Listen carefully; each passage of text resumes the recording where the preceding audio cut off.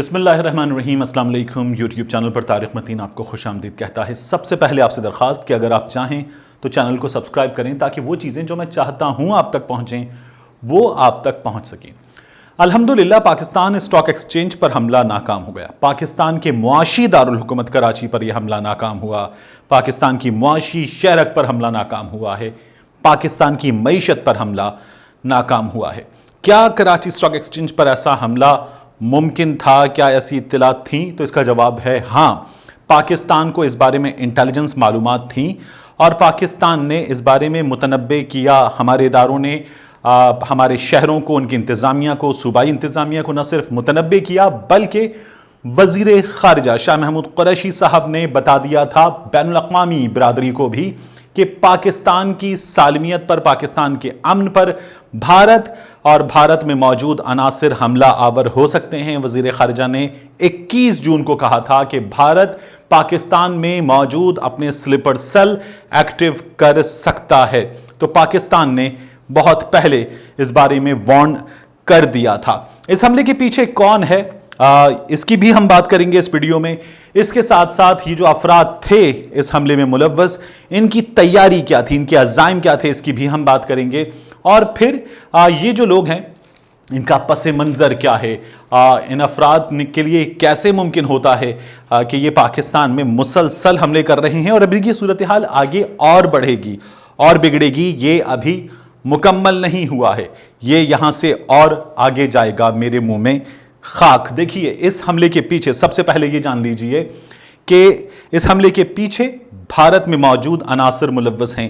آج اس بارے میں ڈی جی رینجرز سندھ نے بات کی ہے، حکومت سندھ میں موجود افراد نے بات کی ہے، کیونکہ بھارت میں موجود عناصر کھلم کھلا اس بات کا اظہار کرتے رہے ہیں کہ وہ پاکستان میں موجود اپنے سہولت کاروں کے ذریعے یہ کارروائیاں کروا سکتے ہیں۔ ان کے پاس یہ کیپیبلٹی موجود ہے۔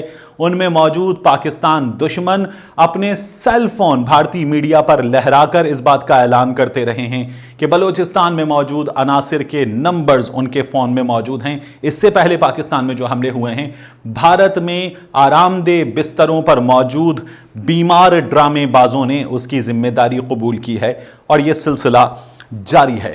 اس حملے کی ذمہ داری قبول کی گئی ہے بلوچ لبریشن آرمی کی جانب سے۔ بلوچ لبریشن آرمی کا مجید بریگیڈ اس حملے کے پیچھے ہے۔ یہ بتایا گیا ہے جو افراد آج حملے میں مارے گئے ہیں، ان کی تربیت کی، ان کے پہلے اس حملے میں ملوث ہونے کی جو تصاویر ہیں وہ بھی اس گروپ کی جانب سے جاری کی گئی ہیں۔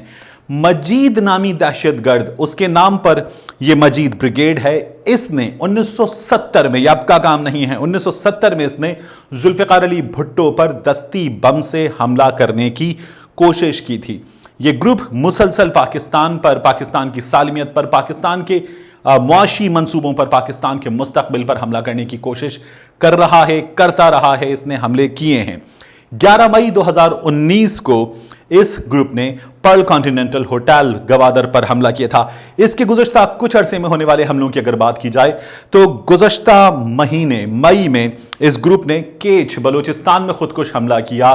اس میں 6 اہلکار شہید ہوئے تھے، اس میں ایک اہلکار زخمی بھی ہوا تھا۔ مچھ میں بلوچستان میں ایف سی کی گاڑی کو نشانہ بنا گیا، 6 اہلکار اس میں شہید ہوئے، 4 اہلکار اس حملے میں زخمی ہوئے تھے۔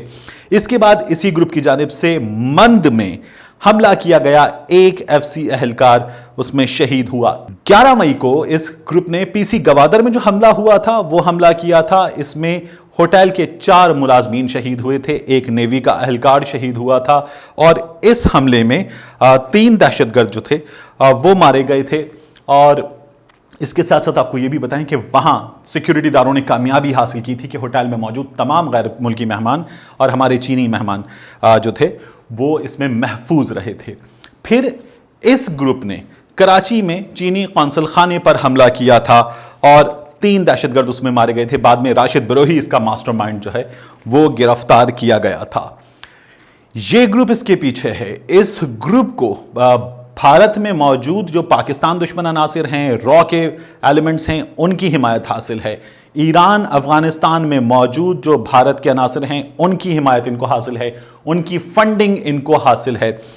اس کے ساتھ ساتھ